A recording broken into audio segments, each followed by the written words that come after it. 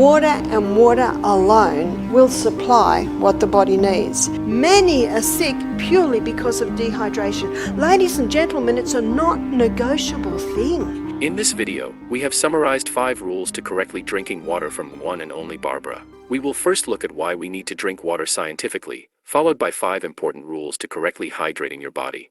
The last part will focus on how much we need to drink a day. So stay tuned until the very end to be inspired for a healthy, long life. Why should we be drinking water? Every day we lose a lot of water. We lose moisture while we sleep from our skin. So we lose 1.5 litres from our kidneys. We lose 0.5 litres from our skin. We lose 0.3 litres from our colon, and we lose 0.2 from our lungs. So that's 2.5 litre loss a day, or 2.5 quart loss a day. That must be replaced. We don't have a reserve tank on the back. The only water that goes into the body is the water that we drink. Your fruits and vegetables also supply some fluid, but we need to have at least 2 litres of pure water a day. Let's look into the detail of how water may help cure some medical conditions in the body. Barbara often quotes from the books written by Dr. Batmanglij, who is an Iranian medical doctor and researcher on water metabolism in the human body. He believed dehydration is the main cause of disease based on his experience of treating the pain of peptic ulcers during his detention in Evin prison by treating inmates with water when medication was not available. He wrote numerous books to share his knowledge. There's a book called One of the Body's Many Cries for Water, and it's by an Iranian doctor, Dr. Batmanglij. He's got another title to his book. He's not sick, he's thirsty. Another title to his book is Don't Treat Thirst with Medications. When we're dehydrated, our body goes into a form of drought management, and it releases a hormone called histamine. And histamine is moving around the body in an attempt to maintain full blood volume in the major arteries and veins to try and keep our body alive. So what it does, it takes a little bit of water away from our joints. So we can get painful joints in dehydration. It takes a little bit of water away from the lining of our stomach that has a thick mucosal wall on it. You see, that thick mucosal wall is 99% water, so we can develop stomach ulcers in a dehydrated state. It takes water from the brain. From the neck down, we're 75% water. From the neck up, we're 85% water. When water is taken away from the brain cells shrink, and that hurts. There's your headache. Even negative thought patterns can develop when our brain is dehydrated. So, absolutely not negotiable. We need to drink 8 glasses of water a day. So the first rule is to drink at least 8 glasses of water a day. That means we will need to sip water throughout the day. And start early. Have the water in the car, have the water by your bed, have the water in the kitchen, have the water in your workplace. Sip, sip, sip. Start hydrating your body and see the difference. Start early, and you need to send the water into your body in gentle showers, little by little by little, all through the day. Start early. The earlier you start, the more water you can take. Next 2 rules relate to stomach lining.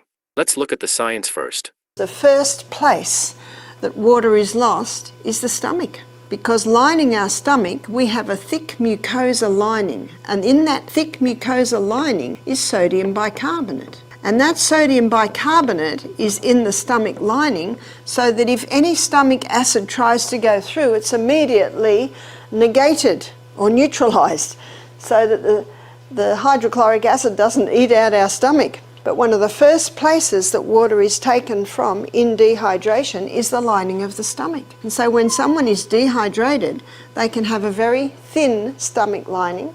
And when there's a very thin stomach lining, there's no sodium bicarbonate in there. And so the stomach acid can easily start to eat its way through. And then because there's damage, our body's own microorganisms change roles and become the clean-up team. They change roles and become the clean-up team. Remember what its name is? Bacteria. It's called Helicobacter. Helicobacter pylori is blamed for stomach ulcers. What's the cause of stomach ulcers? Well, the number one. It's actually dehydration. And Dr. B claimed that at the writing of his book to have cured 3,000 cases of stomach ulcer with water alone. Here is the second rule. Drink a glass of water half an hour before the meal. So a glass of water half an hour before the meal, the first thing it'll do is it'll thicken that mucosa lining on the stomach. Now on to the third rule. Do not drink water during the meal. Here is an anecdote of a client of Barbara who had ulcer but was drinking 2 liters of water every day. He said, I was drinking a litre of water with every meal. So every meal, he's watering down his hydrochloric acid.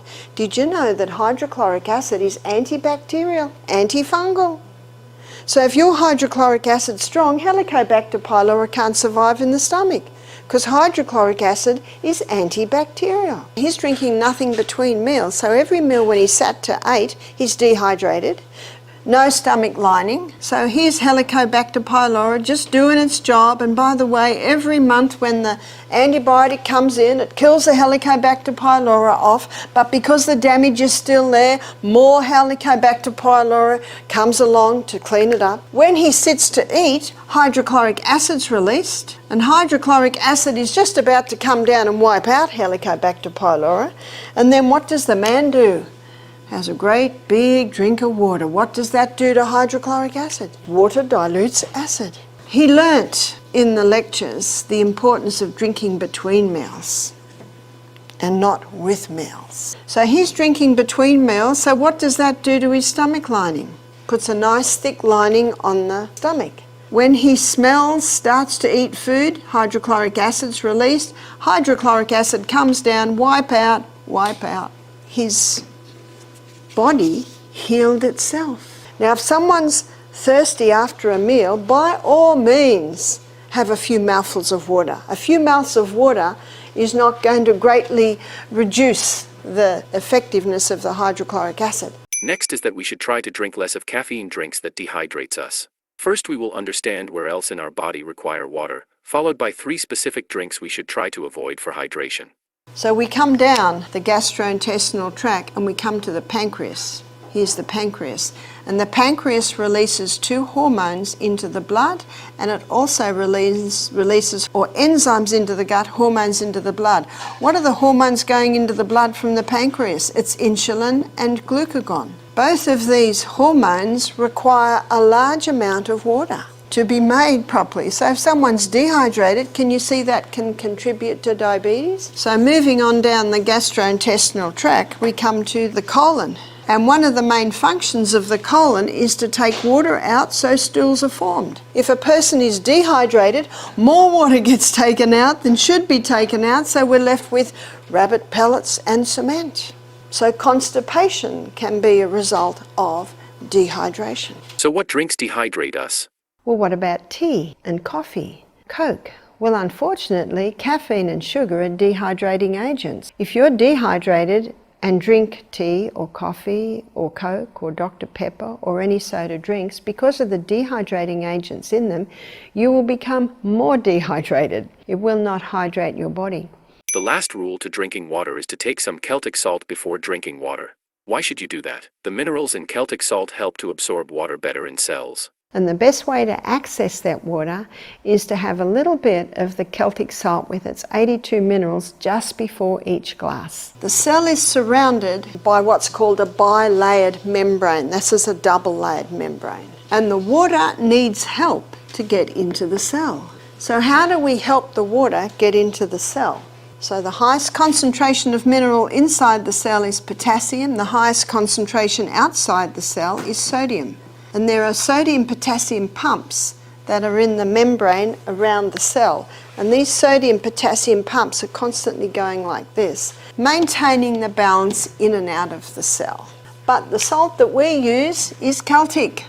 And the Celtic salt, and it's called the Celtic salt because it's hand-harvested by the traditional Celtic method. And one of the values of the Celtic salt is that it contains 3 magnesiums. And that's why it's so moist, because magnesium is a water-hungry molecule. Magnesium also acts as an electrolyte. It works with other electrically charged minerals like sodium and potassium to support proper hydration. That's why you'll often find it included in electrolyte drink mixes like Hydrate. Finally, how much water should you drink for your body weight? Here's the rule of thumb. 100 pounds, 8 glasses of water. 50 pound, 4 glasses of water. That's the rule of thumb.